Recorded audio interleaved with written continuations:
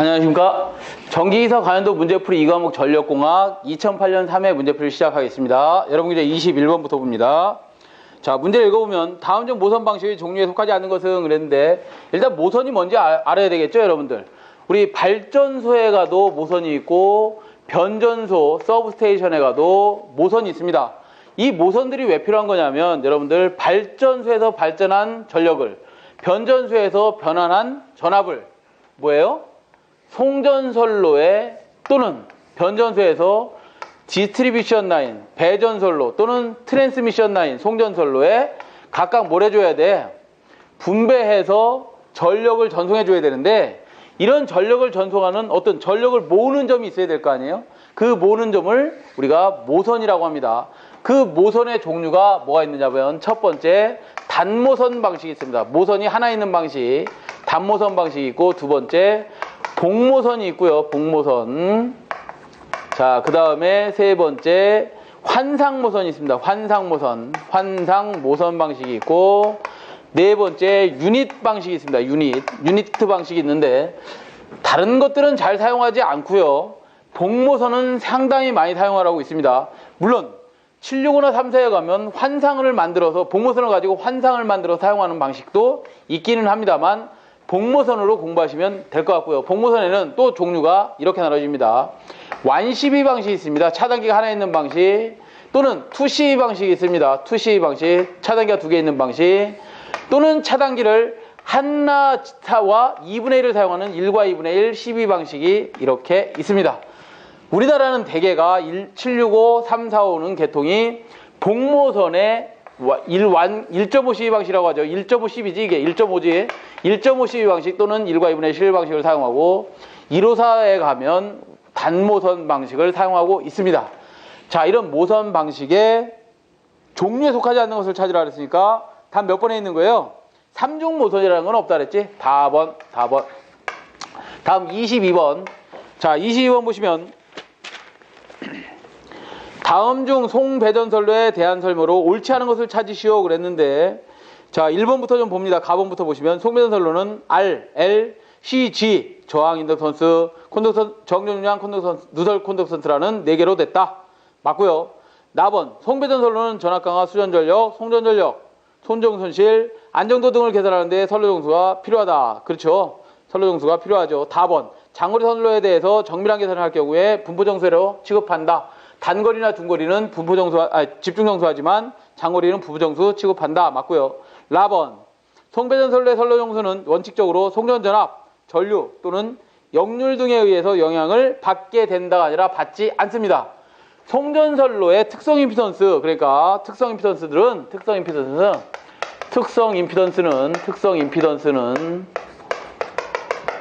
Z 오메가는 루트 C분의 L로서 여기에 길이라든가 전류 I라든가 뭐 이런 것들, 전압의 크기라든가 이런 것들이 전혀 영향을 주지 않고, 송전 특성 임피던스는 뭐 선로를 어떻게 설치했느냐, 연가를 했느냐, 연가를 하지 않았느냐, 이런 것에 따라서 뭐가 변해요? C와 L 값들이 변하고 R과 L 값들이 변하겠죠. 어드미턴스가 변하지 Y 값들이 변한다.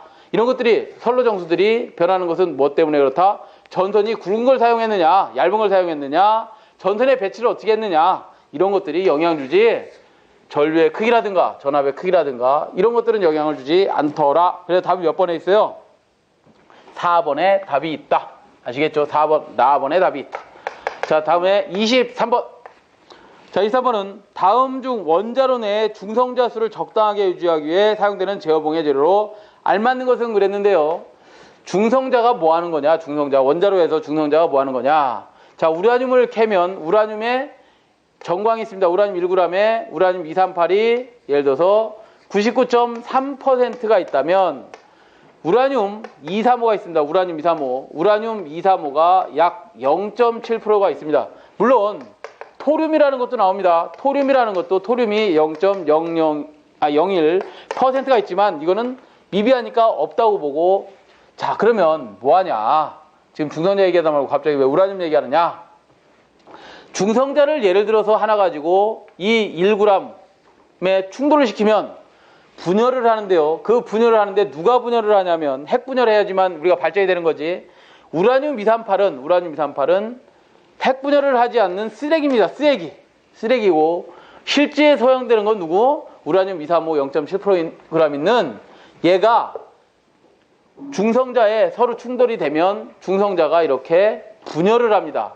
핵 분열합니다. 어떻게 분열하냐? 중성자가 하나, 둘, 2분의 n개인 2.5개가 나옵니다. 하나가 충돌하면 몇 개 나온다고? 우라늄 235에 충돌하면 우라늄이 중성자가 이렇게 n 2분의 n이 2.5개가 나옵니다.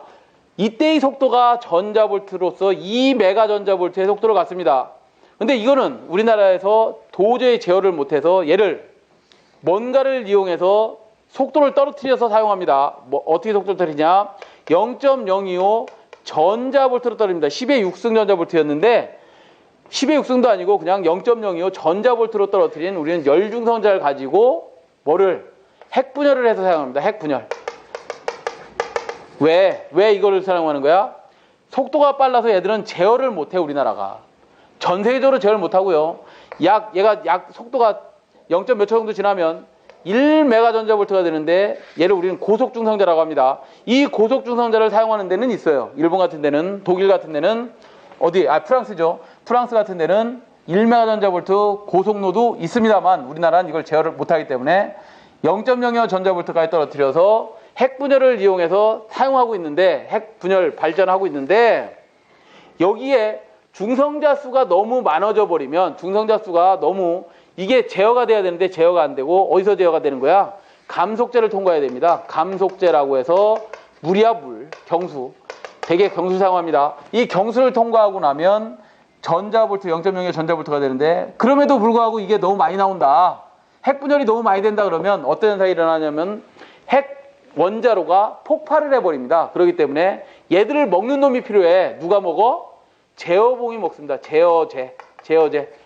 제어제는 뭐로 되어 있어요? 붕소, 하프늄, 카드뮴. 이런 것들이 제어제입니다. 이런 것들이 제어제인데, 여러분들 그런 거 있었잖아요. 일본에서 BWR 그 원자로가 폭발하는 바람에 그때 뭐예요? 뭐라 그래? 이렇게 파도물 들어온 거 뭐라 그래, 그거? 그거에 쓰나미에 의해서 뭐가 됐어요? 원자력 발전소들이 다 파괴되고 막 그랬을 때 핵분열이 막 일어나는 거야. 제어를 못 시키니까. 그래서 우리나라에 뭘 요청을 했어? 붕소를 요청했었죠. 왜? 붕소가 뭐니까. 그 핵분열이 막 일어나고 있으니 그걸 먹으려고 누군가 먹게 해줘야 되는데, 그게 뭐라고? 붕소. 그 붕소를 우리나라한테 요청을 했었잖아요. 그래갖고 붕소를 보내준 적이 있는데, 어찌됐든 이 붕소 가지고 제어를 하는 것이다. 그 중에 제어제로는 하프늄도 있고 카드뮴도 있다. 이거죠. 그게 제어제다. 제어봉의 재료로 알맞는 것은 그랬는데 카드뮴밖에 없네, 거기는. 그죠? 붕소, 하프늄, 카드뮴 중에서 카드뮴밖에 없네. 그죠? 예, 답은 몇 번? 다번에 있네, 다번. 자, 24번으로 가겠습니다. 24번. 발전기나 변압기 내부 고장 검출에 가장 많이 사용되는 게 뭐예요? 비율 차동 계정기죠. 비율 차동 계정기. 뭐야? 발전기라든가 또는 변압기가 있다. 이것을 내부에 고장이 발생하면 검출해내야 되는데 어떻게 한다? 양쪽에 뭐를? CT를 달아서 CT를 이렇게 연결했답니다. CT를 이렇게 연결하고 가운데 오퍼레이팅 코일을 둬서, 동작 코일이죠. 동작 코일을 둬서 우리가 동작시켰는데 얘가 뭐야? CT지? 얘도 CT고요. 자, 평상시에는 전원이 어떻게 흘러가는 거야? 전류가 전원단으로부터 부하측으로 흐르겠지. 이렇게 흐르고 있을 때 CT에는 어떻게 유기돼요? 전류가 이렇게 반대쪽으로 유기되죠. 그럼 CT의 전류 방향을 따라가 보면 전류가 이렇게 돌면서 오퍼레이팅 코일을 전류 안 흐르다가 내부에 고장이 발생을 했다면 전류의 방향이 어떻게 바뀌냐면 이렇게 바뀌죠. 전류의 방향이 이렇게 바뀝니다. 전류의 방향이 바뀌면서 CT 전류 방향도 바뀌겠지. 어떻게 바뀌어? 얘에 따라서 이쪽. 얘는 안쪽으로 들어가니까 바깥쪽으로. 그럼 그 전류를 따라가 보면 전류가 어떻게 흐르는 거예요? 이번엔 이렇게 흐르지. 이렇게. 그 차만큼 멀리 흘러. 오퍼레이팅 코일 쪽으로 오면서 오퍼레이팅 코일이 동작하는 거지. CT 전류 차만큼 뭐 되는 거라고? 그 차만큼 차단기, 오퍼레이팅 코일에 흐르면서 계정기를 동작시키는 거죠. 그래서 우리는 뭐라고 한다고? 걔를 차동 계정기라고 부르고 있습니다. 전류 차동 계정기야. 그죠? 전류 차동 계정기를 사용하고 있습니다. 차동, 디퍼런셜 리레이를 사용하고 있다. 아시겠죠? 그래서 그런데 이게 외부 고장이 발생을 하면 얘가 CT는 철례에 감겨 있기 때문에 철심에 감겨 있잖아요. 뭐가 건선이. 그렇기 때문에 포화될 수 있는 오동작을 일으킬 수 있기 때문에 비율을 좀 높여준 걸 사용하고 있다. 그래서 비율 자동 계정기입니다. 아시겠죠? 그게 몇 번? 나번에 있습니다. 나번. 자, 25번. 화력발전소에서 제열기의 목적이 뭐냐? 제열기. 열을 가한다는 거죠. 재차 열을 가한다 이런 의미지. 제열기다. 그럼 화력발전소의 가장 기본 사이클, 랭킹 사이클에서 제열기를 더 설치했다는데 한번 보죠. 어떻게 됐나. 자, 25번은 이런 거지. 가장 기본 사이클인 거는 과열기가 있고 보일러가 있고 그 다음에 과열기로부터 나온 열이 어디 들어가는 거예요? 스팀 터빈으로 들어갈 텐데 우리 제열기는 뭐냐면 스팀 터빈에서 일을 하고 나온 고온 530도, 580도 되는 이 고온의 온도를 증기를 다시 어떻게 한다는 거야? 고온 온도를 갖고 있는 증기를 전부를 추기해서 보일러에 다시 보내줍니다. 그래서 보일러에서 다시 뭐 하는 거야? 불 떼고 있으니까 보일러에서 열을 다시 가해서 저압 터빈으로 다시 보냅니다. 저압 터빈으로 다시 보내고 나면 저압 터빈에서 일 마치고 난 놈이 어디 발전기 축하고 이렇게 일자로 연결이 돼 있단 말이야. 발전기를 다시 돌려주고 그 발전기 앞단에 있는 스팀 터빈, 저압 터빈에서 일을 마치고 나온 증기를 어디 복수기 쪽으로 보내면 복수기에서 다시 어쩌로 보일러로 다시 순환하는 이런 사이클을 갖고 있는 게 제열 사이클이죠. 결국 제열기는 뭐 하는 거예요? 증기를 더 데펴주는 거지. 증기를 더 가열해준다 이 말이야. 그죠? 다음 몇 번에 있어요? 다번에 있네요. 다번. 왜? 증기를 왜 가열하는 거야? 일을 하고 나면 온도가 떨어졌을 거 아니야? 고온 고압의 증기가 필요하기 때문에 온도를 높여서 어떻게 하겠다고? 온도를 높여서 저압 터빈에 보내주겠다 이 말이죠. 네, 좋습니다. 26번. 26번은 전격이 10kV의 주상변압기가 있다. 자, 전격 10kV의 주상변압기가 이렇게 있답니다. 10kV의 주상변압기가 있는데 그 주상변압기의 2차 측 1부하 곡선이 다음과 같다. 1일의 부하율을 구하시오 그랬어요. 이렇답니다. 변압기가 있는데 여기 부하가 달렸는데 부하가 이렇게 움직였답니다. 하루에. 어떻게 움직였대? 그 표에 의하면 이렇게 움직였답니다.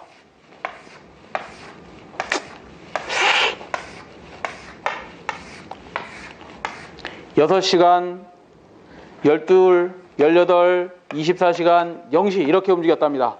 0, 2, 4, 6, 8짱 0, 2, 4, 6, 8, 10 이렇게 있답니다. 10kVA까지 있답니다. 부하가 이렇게 있다네. 그죠? 이렇게 부하가 있답니다. 자, 이렇게 부하가 있을 때 어떻게 됐대요? 곡선이 이렇게 움직였대. 하루에 0시부터 8시까지는 4kW를 소비했답니다. 4kW를 소비하고 6시부터 12시까지는 얼마? 2kW를 소비하고 있고 그 다음에 12시부터 8시까지는 얼마?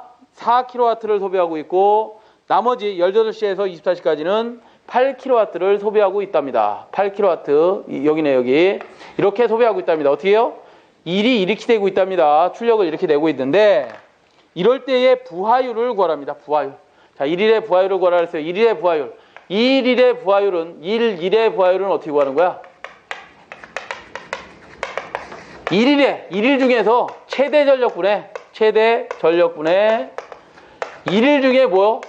평균 전력을 계산하면 되겠죠? 평균 전력을 나눠주면 곱하기 100% 해주면 걔가 1일의 부하율이 나올 것이다. 자, 1일의 최대 전력은 이 표에서 보면 얼마 걸렸어요? 10kV에 걸린 거예요? 8kW가 걸린 거예요? 8kW가 걸렸죠? 맞아요? 8kW가 걸렸어요. 어느 시간에? 18시에서부터 24시까지 8kW가 걸렸다. 1일의 최대 전력은 됐는데 평균 전력을 계산해라. 1일의 평균 전력은 4, 2, 4, 8이 걸렸는데 얘를 어떻게 해야 되는 거야? 1일의 평균 전력은 이렇게 계산해야 되겠지. 6시간씩 똑같이 운전했으니까 6시간 곱하기 4kW 플러스 2kW 플러스 4kW 플러스 8kW를 어떻게 해주라는 거야? 하루의 시간으로 나눠줘야지만 평균이 나오겠죠? 1일 사용 전력량을 어떻게 해주라는 거야? 1일 사용 전력에다가 시간을 곱해준 1일 사용 전력량을 24시간으로 나눠주면 21일의 시간으로 나눠주면 걔가 뭐가 되는 거야? 평균 전력이 되는 거죠? 자, 그러면 이거 계산하면 8 곱하기 24분의 어떻게 될까요? 4, 2, 4, 4에다가 4, 8, 18이 되나요? 18 곱하기 6 곱하기 100은 어떻게 된다? 부하율이 56.25%가 나온답니다. 56.25%가 나오더라. 아시겠죠? 이렇게 나오더라.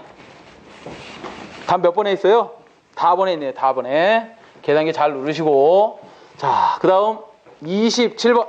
현재 널리 사용되고 있는 GCB 가스 서킷 브레이커용의 가스는 그랬는데 우리가 소호 매질이라고 합니다. 이거를 소호 매질이 뭐를 결정하는 거야? 차단기 종류를 결정하죠. 우리 G12는 소호 매질이 뭐야? SF6 가스로 배우셨고, 예를 들어서 ABB다 그러면 소호 매질이 뭐예요? 압축 공기가 될 거고요. 그죠? 압축 공기. 에어 블라스터 서킷 브레이커. 그 다음에 또 뭐가 있어요? OCB가 있다. OCB는 소호 매질이 뭐예요? 오일. 그죠? 기름유, 유일, 유입이 될 거고. 그 다음에 또 뭐가 있어? 우리 MBB라는 게 있죠. MBB. 자기 차단기죠. 자기 차단기는 소호 매질이 전자력일 거고요. 자, 그 다음에 V12라는 게 있습니다. V12. 바큐움 서킷 브레이커. 진공 차단기다. 그래서 진공 상태가 소호 매질이 됩니다. 소호 매질이 뭐를 결정하고 있다? 차단기의 종류를 결정합니다. 자, 우리 문제에서는 G12에 대해서 물어봤으니까 G12는 소호 매질이 뭐냐? SF6 가스다. 그래서 답은 가번이 되겠네요. 가번.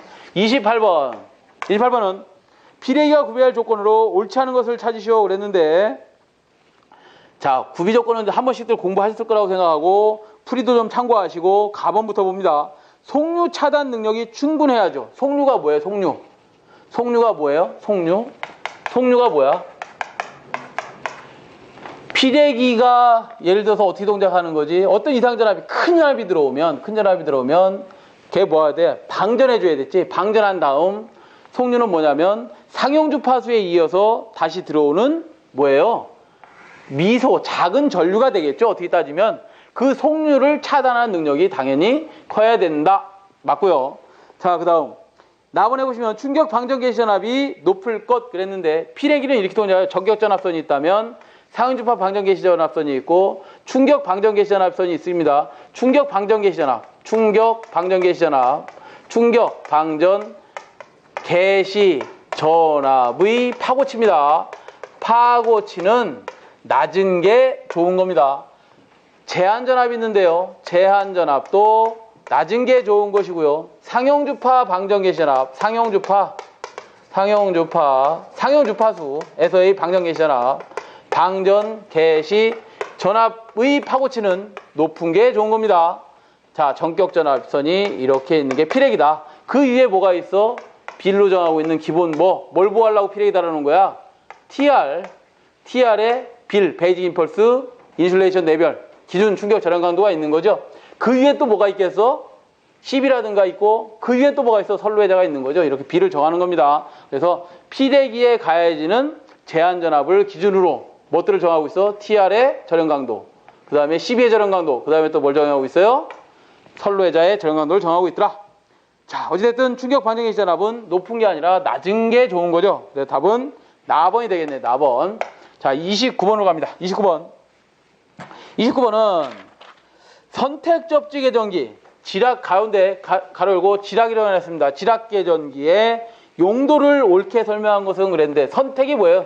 셀렉티브 하는 거죠. 셀렉티브가 뭐야? 선택. 예를 들어 이런 거예요. 28, 9번 같은 경우는 어떤 선로가 너무 많아요.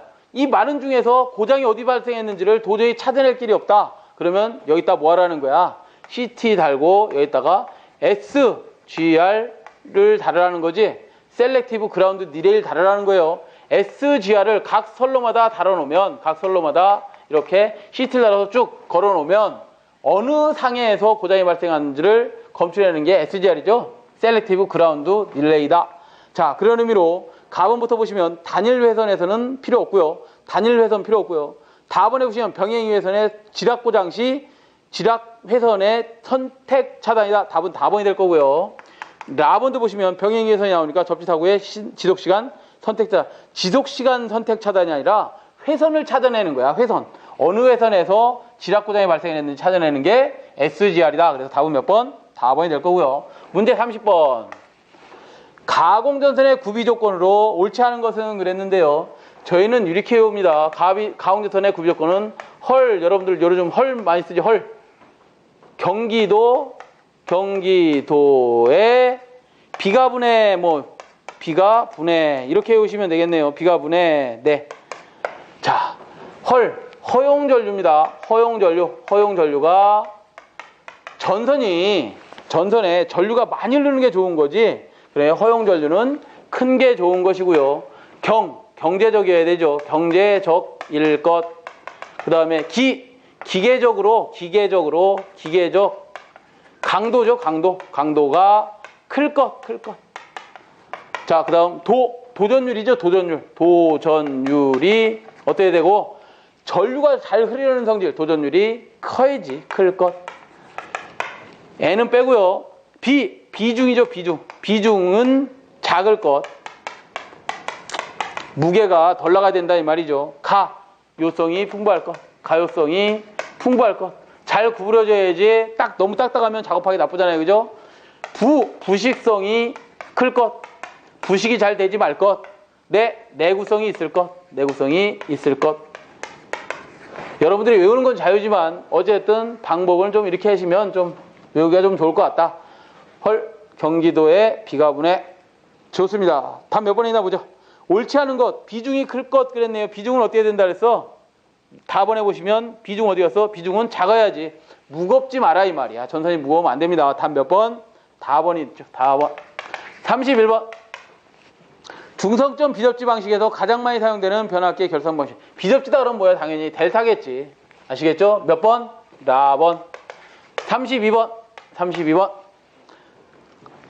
송전선의 복도체를 사용하는 이유로 가장 알맞은 것은 그랬습니다. 자, 우리 복도체하고 단도체는 뭐예요? 단도체, 이만한 단도체를 반을 딱 쪼개서 이렇게 두 개로 만든 게 이거 두 개 합치면 요만큼일 거고 요 아랫부분이 요만큼이겠지?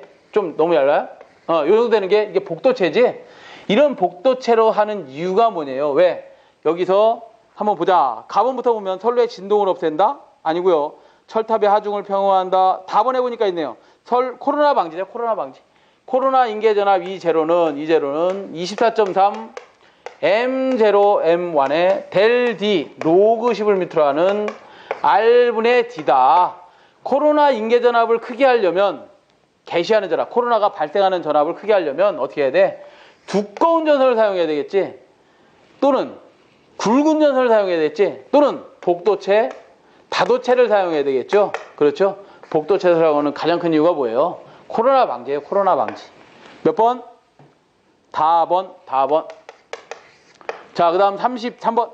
송전단 전압이 3.4kV, 수전단 전압이 3kV이다. 배전솔로에서 수전단의 부하를 끄는 경우에 밑줄 끊었다. 무부하가 됐다는 거지? 무부하가 됐습니다. 끄는 경우 수전단 전압이 3.2kV를 되면 전압 변동률을 구하시오. 전압 변동률을 입실론이라고 하자. 입실론. 자, 우리 33번 같은 경우는 이러네요.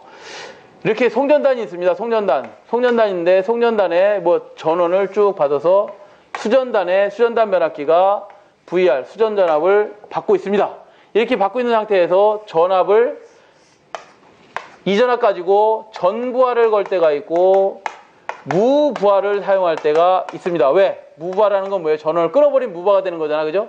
전부하를 사용할 때가 있고 무부하를 사용할 때인데 여기서 전부하를 걸었을 때와 무부하를 걸었을 때를 우리는 전압 변동이라고 하죠. 전압 변동이 생긴 거지. 전압 강화는 뭐예요? 송전단과 수전단의 전압의 변화를 전압 강화라고 하죠. 자, 이렇게 돼 있는데 전압 변동률을 받았으니까 전압 변동률 입실로는 뭐예요? 수전단 전압 2차 이쪽에 수전단 2차 측 무슨 전압? 전부하를 걸었을 때를 우리가 100으로 한다면 무부하 전압 마이너스 전부하 전압 곱하기 100% 한 게 전압 변동률이죠. 그렇죠. 전압 변화란 말이야. 무부하 시와 전부하 시의 전압 변화를 우리는 입실론 전압 변동률이라고 하는데, 자, 수전단 전압이 얼마 주어진 거예요? 수전단 전압이 얼마? 3kV 주어졌잖아. 그죠? 전부하 걸었을 때 3kV 생겼다는 거 아니야? 3분의 부하를 끊었을 때의 전압이 얼마예요? 3점인가? 3.2 마이너스 3kV 곱하기 100은 그러면 얘가 얼마니? 6.67%다 이거죠. 전압 변동률은 몇 프로? 6.7%. 전압 강화율과 헷갈리시면 안 됩니다. 전압 강화율을 한번 구해보자. 전압 강화율은 어떻게 계산하는 거야? 수전단 전압에 대한 송전단 전압 마이너스 수전단 전압 곱하기 100%죠. 수전단 전압이 얼마 주었어? 3kV 주어진 거고 송전단 전압은 얼마 주어진 거예요? 3.4kV가 주었고 마이너스 3 곱하기 100 하면 얘는 뭐가 되는 거야? 전압 변동률이 강화율이 되는 거죠. 우리는 뭐 구하고 있다? 전압 변동률을 구하고 있다. 답 몇 번? 나번에 있네요. 나번. 자, 34번. 교류 성전 방식에서 직류 성전 방식을 비교할 때 옳지 않은 것을 찾으시오 그랬어요. 뭘 물어본 거야? 교류 성전에 대해서 물어본 거야? 직류 성전을 물어본 거야? 직류 성전 방식을 설명할 때 직류 성전에 대해서 물어봤네. 그죠? 자, 직류 성전은 34번은 이렇죠. 우리나라에도 직류 성전을 하고 있습니다. 뭐 물론 스웨덴이나 뭐 전 세계적으로 요즘 많이 사용하고 있고 직류 배전도 이제 앞으로 하려고 많이 고려하고 있습니다. 왜? 직류가 왜 직류를 사용하려고 그러는 거예요? 손실이 작아요, 일단. 자, 직류 성전은 우리 해남에서부터 제주도까지 지금 하고 있는데 이 직류 성전은 리액턴스 값이 고려되지 않습니다. 아주 작습니다. 자, X 값이 없다라고 외우시면 되고, 직류 성전은 절연 계급이죠. 절연 계급을 낮출 수 있습니다. 누구보다? 교류에 비해서 절연 계급을 낮출 수 있다. 유전체손이 없습니다. 유전체손이 없다. 그 다음 페란티 현상이 일어나지 않습니다. 페란티 현상이 없더라. 자, 그 다음 단락 용량이 증대되지 않습니다. 단락 용량이 작다. 자, 그 다음 표피 효과가 뭐예요? 전선의 밖으로만 흐르는 성질, 뭐가? 전류가. 이 표피 효과도 없다. 안정도도 크다. 안정도는 당연히 크죠. 단점이 있습니다. 단점. 직류에도 단점은 있는데 단점은 뭐예요? 큰 단점이 승합 강압이 안 되죠. 왜? 우리 교류는 어떻게 하지? 계속 교번하면서 전자유도 작용에 의해서 뭐를 할 수 있어? 변압기 가지고 승합 강압을 할 수 있지만 직류는 일직선이다. 안 된다. 승합 강압이 안 된다. 첫 번째. 두 번째 단점이 있습니다. 회전자개를 만들 수가 없어. 회전자개가 없다. 자, 세 번째. 두 가지 정도만 하시면 되겠습니다.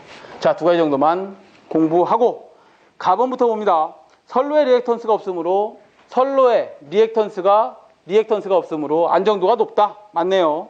나번 유전체손은 없지만 유전체손이 없는데 충전 용량이 커진다. 충전 용량은 단락 용량은 커지지 않습니다. 답 몇 번? 나번이네요 벌써. 자, 그 다음 답은 보시면 코로나손 및 전력 손실이 적다. 코로나손 및 전력 손실이 적습니다. 맞고요. 표피 효과나 근접 효과가 없으므로 표피 효과나 근접 효과는 뭐냐면 플러스는 플러스끼리 모이고 마이너스는 마이너스끼리 이 케이블이 이렇게 돼 있어. 예를 들어서 케이블이 세 개가 있다면 플러스는 플러스끼리만 모이는 거야. 이렇게. 이걸 근접 효과라 그래. 근접 효과. 이런 근접 효과가 없다. 표피 효과도 없다. 자, 좋습니다. 그래서 답은 나번이 될 거고요. 자, 그 다음 35번. 파동 임피던스가 500오hm, 가공전선 1km에 인덕턴스 L을 구하시오. 그랬어요. 파동 임피던스 Z 오메가는 500ohm이랍니다. 500ohm을 줬고, 그 다음에 뭘 구하라 그랬어요? 인덕턴스를 구하랍니다. 인덕턴스 L을 구하는데, 자, 인덕턴스 L을 구하는 공식은 여러분들 0.05 플러스 0.4605 로그 11m라는 R분의 D죠? R분의 D입니다. 이 R분의 D인데, 특성 임피던스 얘가 뭐냐면, 진행파에 대한 진행파 전류의 비야. 진행파 전압에 대한 전류의 비이기 때문에 얘들은 진행파라는 건 이상전압이 친 거기 때문에 아주 고차수 고조파죠.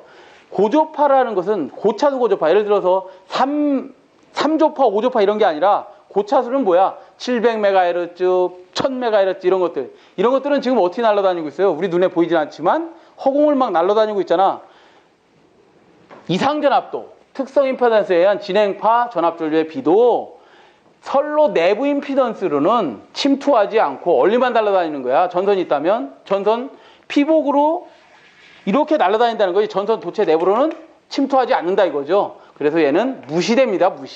무시되면 진행파에서는 그럼 L은 어떻게 변하느냐? 0.4605 로그 11m라는 R분의 D로 변하는데요. 그러면 여기서 주어진 거는 뭐밖에 없어. 이거 파동 임피던스 주어지고 얘를 구하라네. 어허. 그러면 특성 임피던스는 우리 이렇게 구하지 않나? 루트 C분의 L입니다. 라고 했는데 얘 C에다가 로그 10 R분의 D 0.0 이상일삼을 주고 0.4650 R분의 D에다가 곱하기 10의 마이너스 3승 10의 마이너스 6승을 곱해서 계산을 해내면 얘가 어떻게 나오냐면 138 로그 11m로 하는 R분의 D 값이 나와요. 여기서 0.4605는 있는데 로그 10 R분의 D가 없으니 여기 로그 10 R분의 D를 구하면, 얘를 구하면 138만 어떻게 하면 돼? 저 밑으로 내려가면 되겠지. 그러면 고로 로그 10은 로그 10 R분의 D는 뭐예요? 138분의 뭐가 되는 거야? 500이 됐겠지? 그럼 여기다 갖다 넣어주고 나중에 계산해라 이 말이야. 그래서 L은 다시 계산하시면 0.4605 곱하기 얼마가 되는 거야? 138분의 500을 이렇게 계산해서 L 값을 구해라 이 말이야. 좀 여러분들이 여러 번 생각을 좀 해야 되는 문제 중에 하나죠. 다 몇 번에 있어요? 이렇게 계산하시면 1.67이 나온답니다. 1.67. 1.67 미리헬리파 킬로미터가 나오더라. 그래서 한 번씩 계산해 보시기 바라겠습니다. 하는 방법은 알려드렸어요. 답 몇 번? 1번 가번에 있네요. 가번. 36번으로 가겠습니다. 36번. 36번은 총 낙차가 80.9m, 사용 수량이 30세제곱미터/s이다. 유량 Q가 30세제곱미터/s로 기본 따지가 주어졌네. 그 다음에 유효낙차는 총낙차는 H0과 총낙차를 80.9m랍니다. 9m이고 그 다음에 수로가 기울어져 있나 봐요. 9배가 주어졌으니까 수로가 시작점에서부터 뭐 저수지가 이렇게 있나 보지. 거기서부터 수로가 약간 기울어져 있나 봅니다. 이렇게 길어져 있는데 그 길이가 얼마? 3,800m랍니다. 3,800m이고 자, 그 다음에 9배가 2,000분의 1이니까 그 9배가 2,000분의 1이다 그러면 2,000분의 1이다. 2,000분의 1이고 요거에 의해서 손실 낙차가 생깁니다. 손실이 생기는데 그 손실 낙차는 구해라. 이거는 구해야 되네. 안 주어졌네요. H1이라고 할게요. 그 9배가 생기면 이렇게 길이가 있고 9배가 있으면 손실이 생깁니다. 그 손실 낙차를 구하시고 또 손실 낙차를 하나 더 줬는데 손실 낙차가 수압철관의 손실 낙차가 줬어.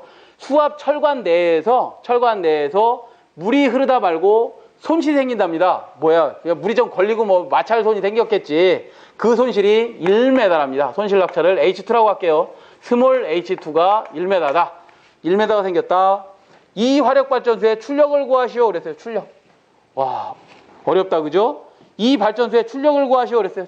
출력 P는 어떻게 구해? PG는 9.8 QH의 미타가 되겠지? 변하지 않는 식이죠? 여기서 9.8에다가 유량 Q는 그대로 30세제곱미터/s가 주어졌고요. 곱하기 H를 구해야 되는데 H가 총 낙차가 80.9m였답니다. 80.9m에서 빼기 손실이 생겼대야. 얼마가 생긴 거예요? 손실이 1m에다가 플러스 요 9배 손실이 생겼는데 이 9배 손실은 어떻게 구하느냐? 9배 손실은 코사인 세타라고 생각한다면 2000분의 1에다가 얼마를 곱해야 돼? 코사인 세타는 2000분의 1에 곱하기 3800을 해야 되죠. 3800 하면 3800을 2000으로 나누면 얼마쯤 생기는 건가? 손실이요? 1.9랍니다. 1.9. 1.9에 손실 낙차가 생긴 거야. 이렇게. 손실 낙차에다가 곱하기 효율이 얼마 주어졌어요? 0.83이 주어졌네. 0.83을 계산하시면 얘가 2.9죠. 그러면 80.9에서 2.9를 빼버리면 얼마 나와? 78.9가 나오나요? 78이 나오나? 78m가 나오겠지? 이게 총 낙차가 몇 m로 줄어드는 거야? 78m로 줄어버린 겁니다. 그럼 다시 9.8 곱하기 30 곱하기 78 곱하기 0.83 하시면 걔가 출력이 19033.56kW가 나온답니다. 사실 좀 어려운 문제죠. 여러분들 손실까지 구해서 문제를 풀어본 적이 아마도 별로 없을 거다. 총낙차에서 손실까지 고려해서 문제를 풀어라 그랬습니다. 다음 몇 번? 나번에 있습니다. 나번. 자, 37번. 경간이 200m인 가공전선로가 있다. 전선로가 있는데 A전주와 B전주의 간격이 200m가 떨어졌답니다. 200m. A전주, B전주가 있는데 A전주와 B전주의 경간이 200m가 떨어져 있답니다. 200m이고 사용전선의 길이는 경간보다 몇 m 더 길게 하면 되는가? 실제 딥에 의해서 이렇게 전선이 쳐질 텐데 이 전선의 실제 길이를 구하랍니다. 실제 길이를 구하는데 경간보다 얼마나 더 떨어졌느냐? 그러면 우리가 실제 길이 L은 이렇게 계산하지 않나요? L은 S 플러스 3S분의 8D의 자성으로 계산하는데 경간보다 얼마나 더 떨어져 있는 거야? 실제 길이는 경관보다 이만큼 더 떨어져 있는 거죠. 맞아요? 경관보다 실제 길이는 얼마큼 떨어져 있는 거예요? 이만큼 더 떨어져 있는 거니까 L-S는 3S분의 8D의 자승으로 계산하시오 이거잖아요. 그죠? 몇 번? 3S분의 8D의 자승이 어디 있어요? 아이고. 숫자들이 주어졌네. 숫자로 구해라. 이거네. 3 곱하기 경관이 200m 분의 8 곱하기 dB 얼마예요? 딥도 안 주어졌네. D는 어떻게 구하지? 여기서 D는 어떻게 계산해요? 여기서 WHERE 여기서 D는 어떻게 계산해요? D는 8T분의 WS의 자승이다. 자, 그러면 8 곱하기 T는 수평장량이 주어졌나요? 안 주어지면 어떻게 해야 돼? 구할 수 있지 뭐. 안 주어져 봐라. 다 알아서 구한다. 안전율분의 인장하중이죠? 안전율이 얼마? 2고요. 인장하중은 얼마 줬어? 4,000. 분의 W가 얼마예요? 전선 1km당의 무게가 얼마냐? 1m당의 무게가 2kg이 주어졌고요. 곱하기 경관 S가 아까 200 주어졌죠? 200에 자승하면 암산하자. 암산. 2, 4 올라가면 얼마야? 이게 4인가요?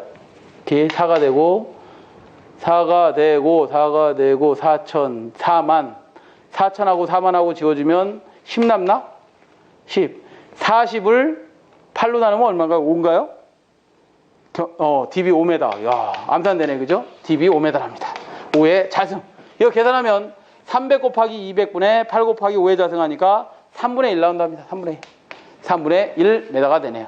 아시겠죠? 그래서 얼마 많이 안 줘도 3분의 1만 줘도 어떻게 된다고? 전선이 dB 5m가 쳐진다. 37번은 몇 번? 3분의 1 4번. 38번. 삼상삼도지 송전선로에 연가를 하는 주된 목적이면 연가를 왜 하는 거예요? 선로정수 평형이지 뭐. 이것도 다시 해야 돼. 자, 39번. 154kV 삼상이라서 송전선로가 있다. 한 선의 리액턴스가 25옴, 전류가 400A일 때 퍼센트 리액턴스를 구해라. 퍼센트 임피던스를 구해봐라. 그죠? 퍼센트 임피던스는 공식이 어떻게 된다? 2분의 제타 곱하기 100%다. R을 무시한다면 퍼센트 X는 2분의 XI 곱하기 100이다. 여기서 뭐 구하라고요?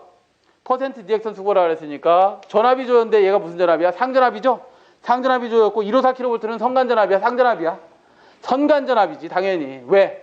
말이 없다 그러면 154kV, 66kV 말이 없어. 앞에 아무 말도 없으면 주어지는 전압은 전력공학, 기계, 자기약, 회로 뭐든지 다 무슨 전압이야? 공칭전압, 선간전압입니다. 그럼 루트 3분의 얘가 볼트의 단위를 갖고 있으니까 154,000 볼트 분의 뭐가 되겠어요? X가 얼마? 25옴 곱하기 전류아이가 100A, 400A 곱하기 100% 해주면 답이 나오는데 얼마? 11.25%가 나온답니다. 11.25% 몇 번? 4번. 자, 40번은 다음 중 부하 전류의 차단에 사용되지 않는 것은 그랬는데 답부터 말씀드리면 DS죠. 자, 40번은 DS가 답이 있는데 이 DS는 아크를 소호하는 소호장치가 있다 없다? 소호장치가 없다. 무슨 소리예요? DS 뒤에 시비를 달고 차단기를 달고 그 뒤에 부하가 있다 이거야. 예를 들어. 이 부하가 있는 상태에서 DS를 온오프하면 아크가 발생을 하는데 그 아크를 소화할 수 있는 장치가 없기 때문에 아크에 의해서 조작자가 피해를 볼 수 있습니다. 인명의 사고를 당할 수 있는데 그러면 어떨 때 조작해야 되느냐 얘는 시비를 먼저 개방해서 부하를 뭐하고 무부하 상태로 만들어야 됩니다. 무부하 상태로 만들어야지만 그때 DS를 뭐 할 수 있다? 온도 할 수 있고 오프도 할 수 있다 이 말이죠. 그래서 다음 중 부하 전류의 차단에 사용되지 않는 부하 전류 말고 무부하 시에만 뭐 할 수 있는 거야? 얘는 차단과 폐로와 개방을 할 수 있다 이 말이죠. 그래서 다음 몇 번? 4번에 있습니다. 네, 이렇게 해서 2008년 3회 전기기사 2과목 전력공학 강의를 마치도록 하겠습니다. 예, 수고하셨습니다.